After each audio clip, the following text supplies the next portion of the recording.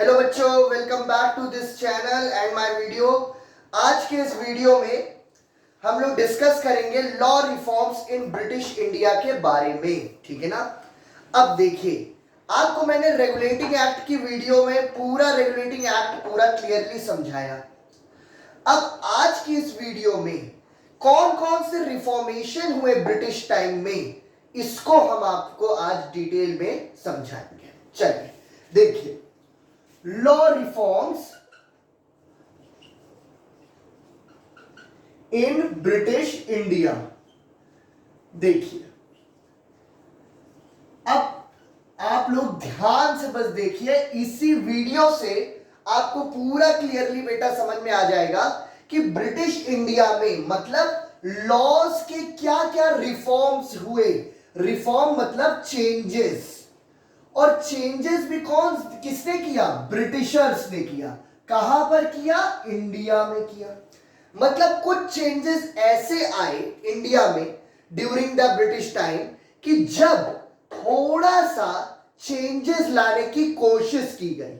अब मैंने आपको बताया था रेगुलेटिंग एक्ट में कि भाई डिस्क्रिमिनेशन बहुत ज्यादा हो रहा था, इंडियंस को कहीं पर भी प्रमोट नहीं किया जा रहा था, इंडियंस को कहीं भी कोई जॉब या किसी भी जगह पर इंडियंस को कभी भी बेटा अप्रोच नहीं करते थे।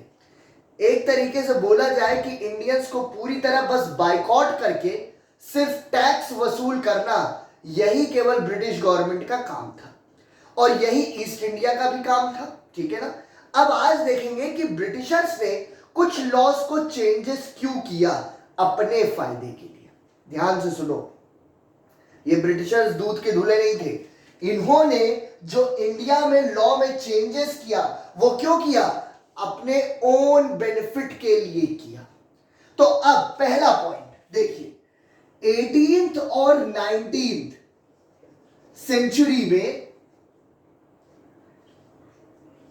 सेंचुरी में बेटा वो एडमिनिस्ट्रेशन बेटा वो बहुत ज्यादा पुअरली हो रहा था। एडमिनिस्ट्रेशन बहुत पुअरली एडमिनिस्टर्ड हो रहा था। ठीक है ना। जिसका मतलब होता है कि अगर भाई आज के समय में भी देखिए, अगर आज के टाइम में भी देखा जाए बेटा, तो एडमिनिस्ट्रेशन आज के समय में अगर कंट्रोल में है तो क्यों है? क्योंकि कोर्ट्स हैं हमारी। नहीं तो अगर कोर्ट्स ना हो, जुडिशरी ना हो, लॉज ना हो, तो एडमिनिस्ट्रेशन को कोई रोक पाएगा क्या? एडमिनिस्ट्रेशन के ऊपर कोई भी किसी भी तरीके का स्टॉपेज लगा पाएगा? भाई एडमिनिस्ट्रेशन के अंदर ओवर कॉन्फिडेंस आ जाएगा कि हमें तो रोकने वाला कोई है ही नहीं, हम जो चाहेंगे करेंगे, हम जो लॉज लाना चाहेंगे लाएंगे, हम जिस तरीके से काम करना चाहेंगे करेंगे, कोई नहीं रोक पाएगा। तो उस समय क्या था कि एडमिनिस्ट्रेशन बेटा वो बहुत ही पुअरली एडमिनिस्टर्ड हो रहा था। ठीक है ना। तो मैंने आपको अब एक नए ब्रिटिशर इंडिया में आए जिन्होंने ये सोचा कि अगर हमको कुछ लॉज में रिफॉर्मेशन लानी है तो हमको पहले पुलिस एडमिनिस्ट्रेशन को क्या करना होगा? चेंज करना होगा। देखिए, लॉर्ड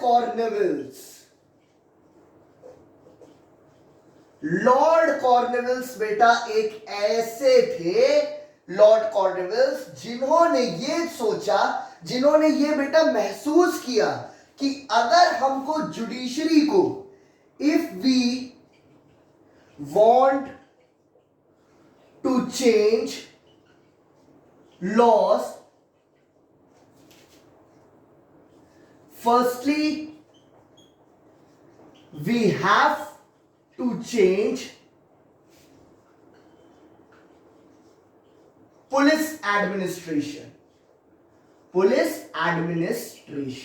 देखिए, पुलिस एडमिनिस्ट्रेशन, पुलिस रिफॉर्म्स का मतलब कि अगर हमको इंडिया में, अगर हमको जुडिशरी में, अगर हमको लॉज में कोई भी चेंजेस लाना है तो सबसे पहले हमको पुलिस एडमिनिस्ट्रेशन में पुलिस रिफॉर्म करना नेसेसरी है।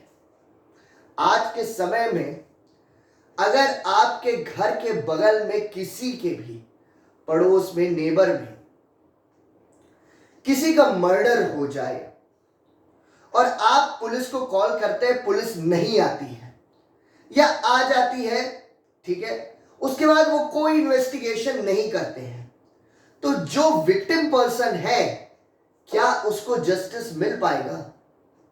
नहीं मिल पाएगा। क्यों? क्योंकि अगर पुलिस अपना प्राइमा फेसी जो वर्क होता है वो पुलिस का होता है, पुलिस इन्वेस्टिगेशन नहीं कर रही है, पुलिस सर्च नहीं कर रही है विक्टिम जो है क्रिमिनल्स का, तो उस जगह पे कोर्ट क्या कर लेगी? कोर्ट तो तब करेगी ना जब केस उनके सामने आएगा। तो इसलिए कॉर्नवेल्स ने यह सोचा, लॉर्ड कॉर्नवेल्स एक ब्रिटिशर थे, और इन्होंने ये सोचा कि अगर हमको लॉज में चेंज लाना है तो सबसे पहले हमको पुलिस एडमिनिस्ट्रेशन में रिफॉर्म्स करना होगा।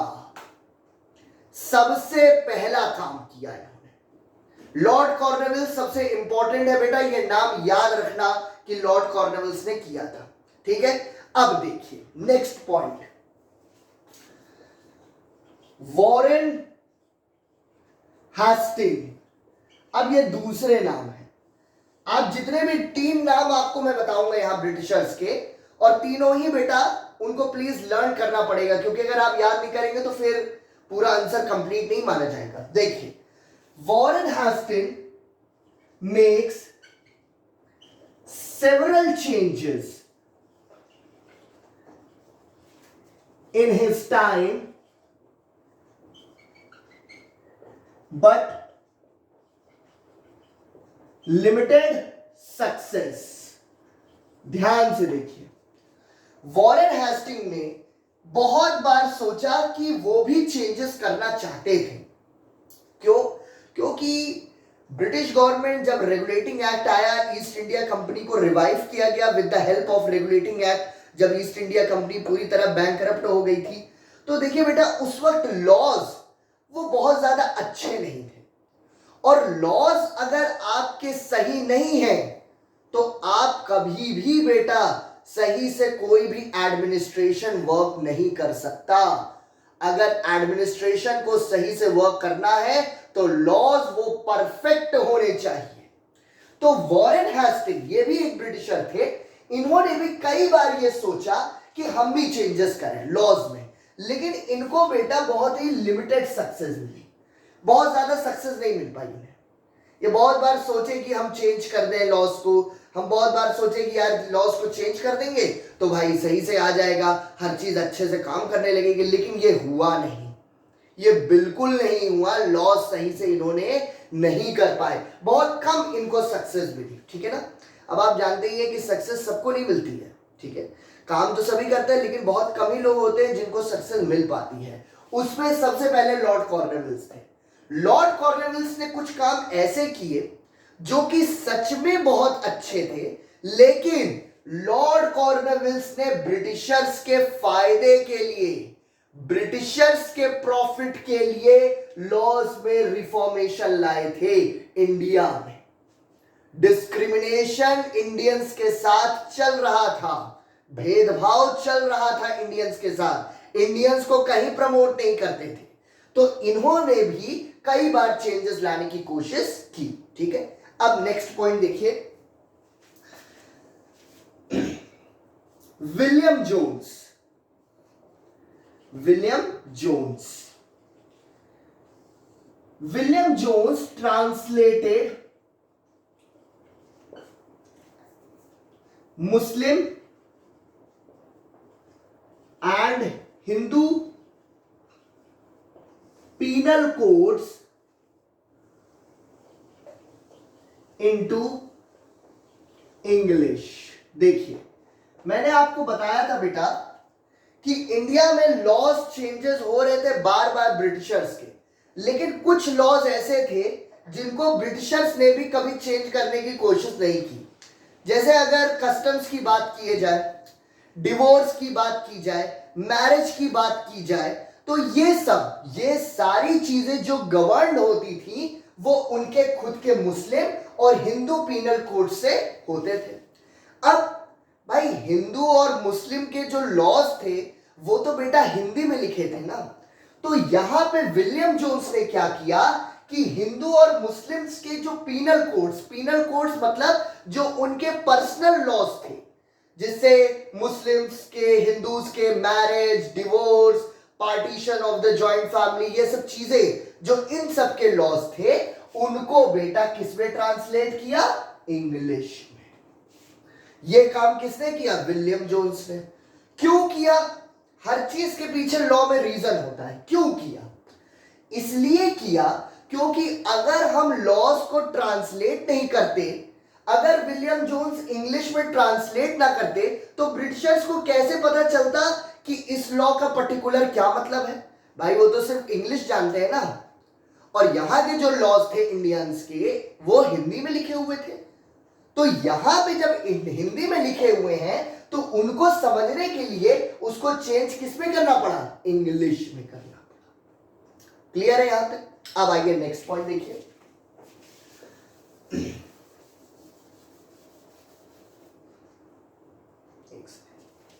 देखिए,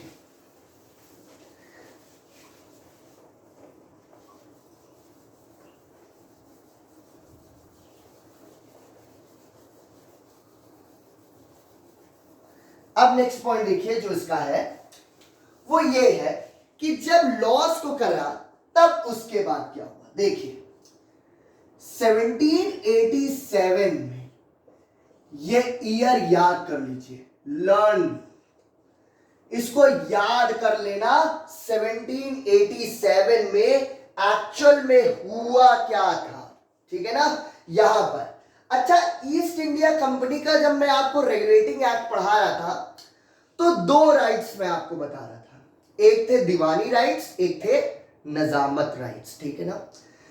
दीवानी राइट्स और नजामत राइट्स, दीवानी का मतलब क्या था? जो टैक्स कलेक्ट करने की अथॉरिटी थी वो किसको मिल गई थी? ईस्ट इंडिया कंपनी को। और निजामत राइट्स का मतलब कि जो सिविल क्रिमिनल्स और जितने भी मिलिट्री सर्विसेज थी, क्रिमिनल्स को जस्टिस देने का, वो सब किसके हैंड्स में था? नवाब के हैंड्स में था। तो लॉर्ड कॉर्नवालिस ने 1787 में क्या किया? यहां पर जो निजामत राइट्स थे, निजामत राइट्स, उनको, उन निजामत राइट्स को बेटा किसको दे दिया? सिविल मैजिस्ट्रेट्स को। नोट्स में देखिए, आपको ध्यान से पढ़िएगा तो मिल जाएगा। सिविल मैजिस्ट्रेट्स को हैंड ओवर कर दिया, हैंड ओवर। निजामत राइट्स अब सिविल मैजिस्ट्रेट्स के पास पूरे चले गए। मतलब कि जो जुडिशियल पावर्स थी, वो जुडिशियल पावर्स अब किसके पास आ गई? सिविल मैजिस्ट्रेट्स के पास। और पहले यही राइट्स किसके पास थे? पहले ये राइट्स थे किसके हैंड्स में? नवाब के हैंड्स में पहले। अब ये किसके पास चले आए? सिविल मैजिस्ट्रेट्स के पास, हैंड ओवर कर दिए गए। लॉर्ड कॉर्नवालिस ने ये काम किया। लॉर्ड कॉर्नवालिस ने जो निजामत राइट्स थे उनको सिविल मैजिस्ट्रेट्स को हैंड ओवर करवा दिया नवाब से, मतलब कन्वर्ट करवा दिया, दे दिया। अब उसके बाद नेक्स्ट पॉइंट क्या हुआ? देखिए 1790 बहुत इंपॉर्टेंट है। 1790 में लॉर्ड कॉर्नवालिस ने एक काम और किया। ये तो 1787 की बात हो गई। अब देखिए 1790 में क्या किया? 1790 में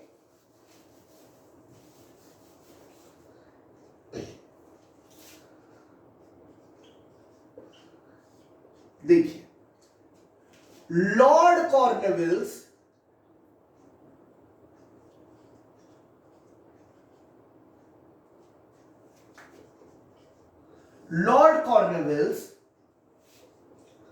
established the circuit courts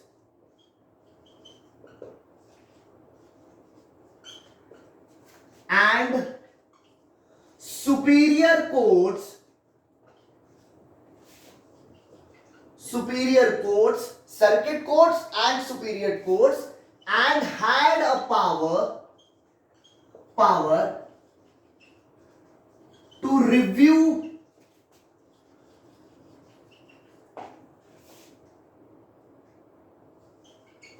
the circuit court decisions in Calcutta.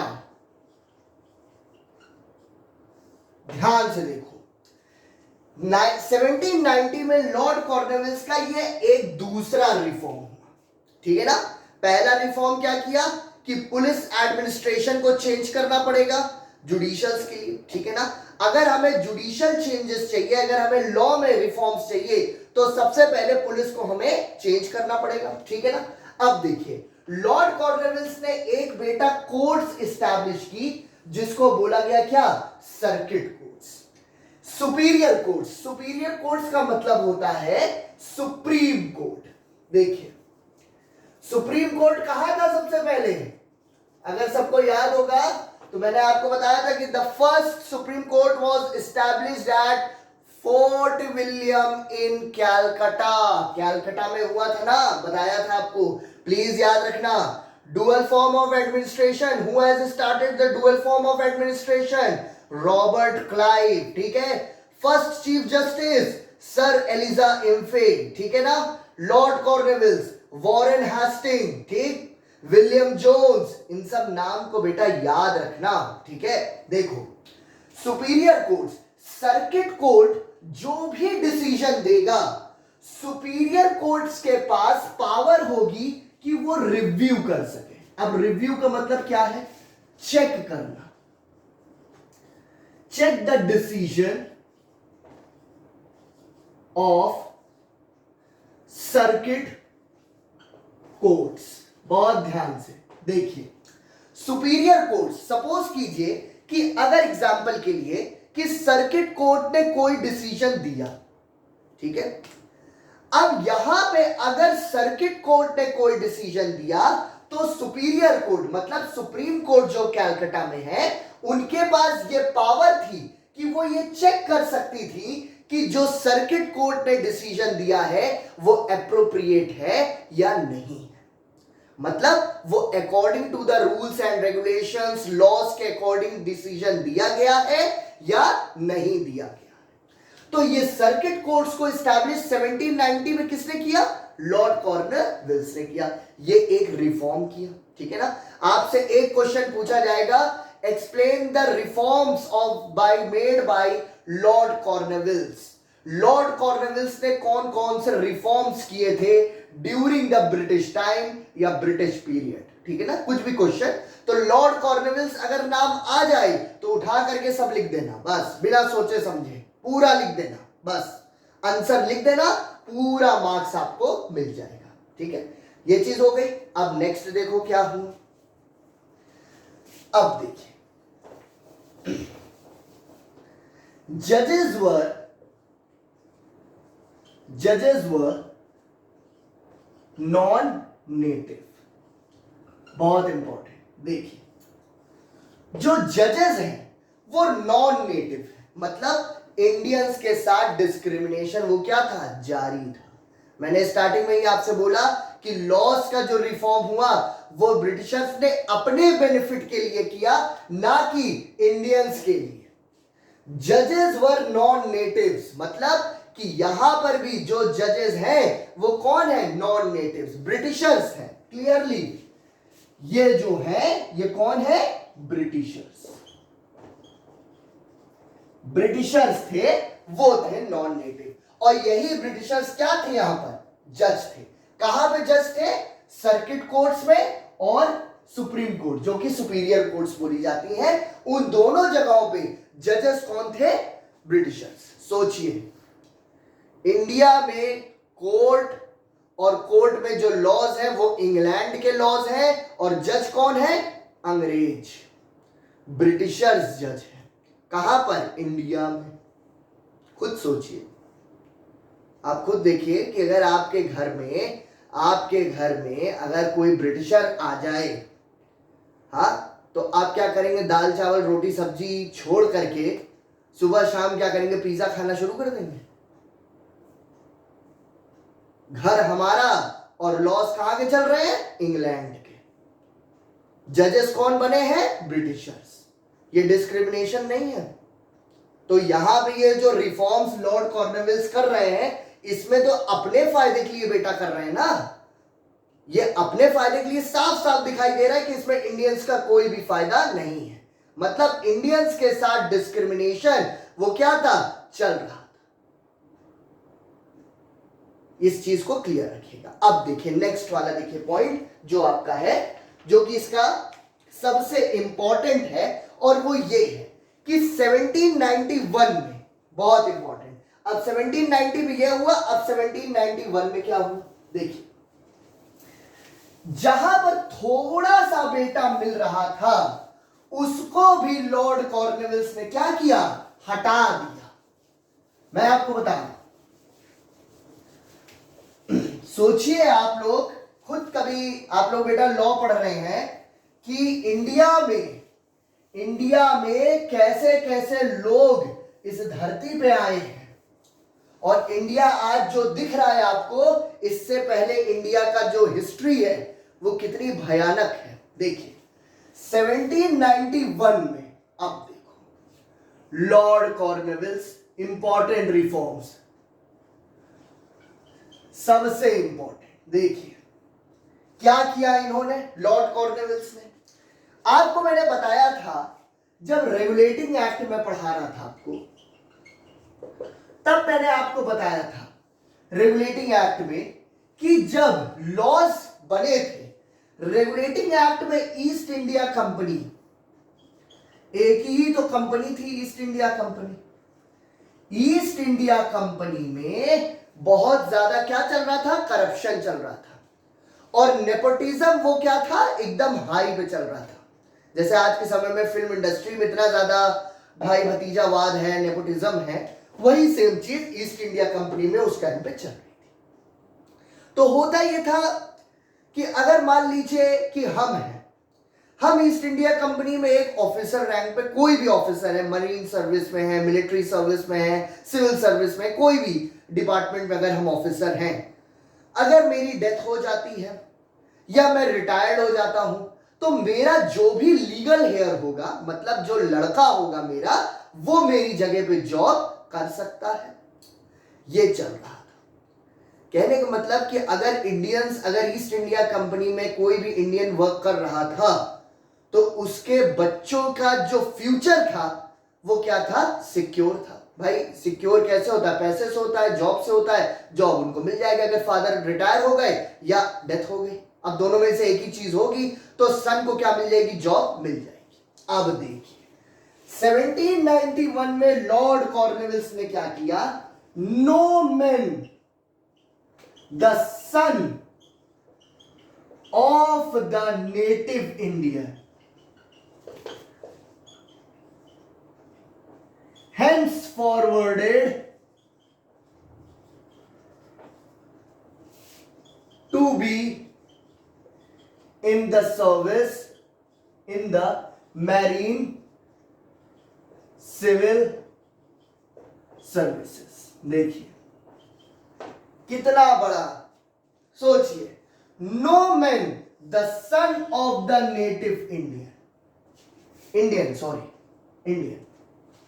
मतलब ये इन्होंने 1791 में जहां एक जगह पे इंडियंस को कुछ मिल रहा था, उसको भी क्या कर दिया, रिफॉर्म करके खत्म कर दिया। अब यहां पर भी कौन आएंगे, ब्रिटिशर्स आएंगे। इन्होंने ये बोला कि अगर कोई भी इंडियन वो रिटायर्ड हो गया, तो उसके बाद उसका लड़का वो जॉब नहीं करेगा, चाहे उसका जो फादर है वो मरीन सर्विसेज में हो या फिर सिविल सर्विसेज में हो, कहीं पे भी हो, कंपनी में, ईस्ट इंडिया कंपनी में। सोचिए, तो सिंपल समझिए कि एक समय आएगा कि इंडियन सारे रिटायर्ड हो जाएंगे, उनकी जगह पे सारे ब्रिटिशर्स आ जाएंगे, गए इंडियंस। ये इन्होंने सबसे इंपॉर्टेंट रिफॉर्म किया 1791 में। अब लास्ट जो इन्होंने बेटा रिफॉर्म किया, उसको पूरा आज भी हम और आप पढ़ते हैं, वो था 1793। बस इतना ही आपको पढ़ना था। देखिए 1793 में क्या किया, 1793 में जितने भी codes made by Lord Cornwallis, जितने भी कोड्स बेटा, जितने भी कोड्स थे जिनको आप कहते हैं हार्मोनाइज्ड कोड्स, हार्मोनाइज्ड कोड्स जितने भी थे, और ये जो कोड्स लॉर्ड कॉर्नवेलिस ने इनैक्ट किए थे। इनैक्ट का मतलब होता है लाना, किसी भी लॉ को, किसी भी law which came into existence known as enactment. याद रखना बेटा, ठीक है ना। इनैक्टमेंट ये एक लीगल वर्ड है, इनैक्टमेंट, ठीक है ना। तो इनैक्टमेंट वर्ड ही आप लोग भी यूज कीजिएगा। बस मैं आपको डेफिनेशन बता रहा था कि कोई भी लॉ जो एग्जिस्टेंस में आता है उसको कहते हैं इनैक्टमेंट, ठीक है ना। तो यहां पे जो लॉज लॉर्ड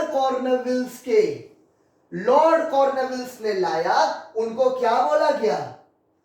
कॉर्नवेलिस कोड। देखो इन्होंने अपने नाम पर रख दिया कॉर्नवेलिस कोड।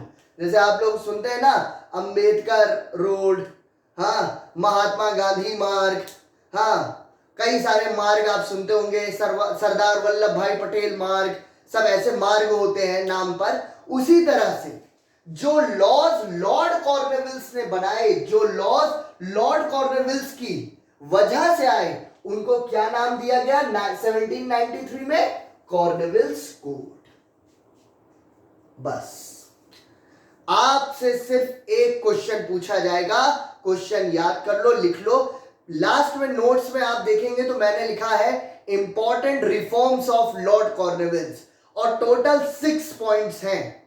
वही 6 पॉइंट्स तुमको लिखने हैं, बस सिर्फ वही 6 पॉइंट, और पूरा 5 आउट ऑफ 5 या 2 आउट ऑफ 2 जो भी मार्क्स रहेंगे वो पूरा तुमको मिल जाएगा। याद रखना, ठीक है ना। लॉर्ड कॉर्नवेलिस के, अब इसको क्वेश्चन लिख लीजिए, what were the important reforms of Lord Cornwallis? ये क्वेश्चन आ सकता है। What were the important reforms of Lord Cornwallis, या आपसे पूछ ले explain the story of Lord Cornwallis, ये पूछ ले, कुछ भी मतलब पूछ ले। अगर कॉर्नवेलिस नाम आ जाए तो उठा करके सारे पॉइंट्स जो मैंने आपको बताए पूरे स्टार्टिंग से एंड तक लिख देना, तुमको नंबर मिल जाएगा बेटा, गारंटी दे रहा हूं इस वीडियो में, ठीक है। अब यहां तक अगर किसी बच्चे को कुछ भी ना क्लियर हुआ हो तो प्लीज जरूर बेटा मुझसे पूछ लीजिएगा, ठीक है ना। आंसर्स लिख करके मुझे चेक करवा लीजिएगा, ठीक है। और कोई भी डाउट हो, कुछ भी हो, तो मुझे कॉल करके, व्हाट्सएप करके आप हमेशा अपने डाउट्स को क्लियर कर सकते हैं, ठीक है ना। थैंक यू सो मच, और नेक्स्ट वीडियो में जल्दी मिलेंगे। नेक्स्ट वीडियो में नेक्स्ट टॉपिक के साथ फिर हम लोग आगे डिस्कस करेंगे। बाय।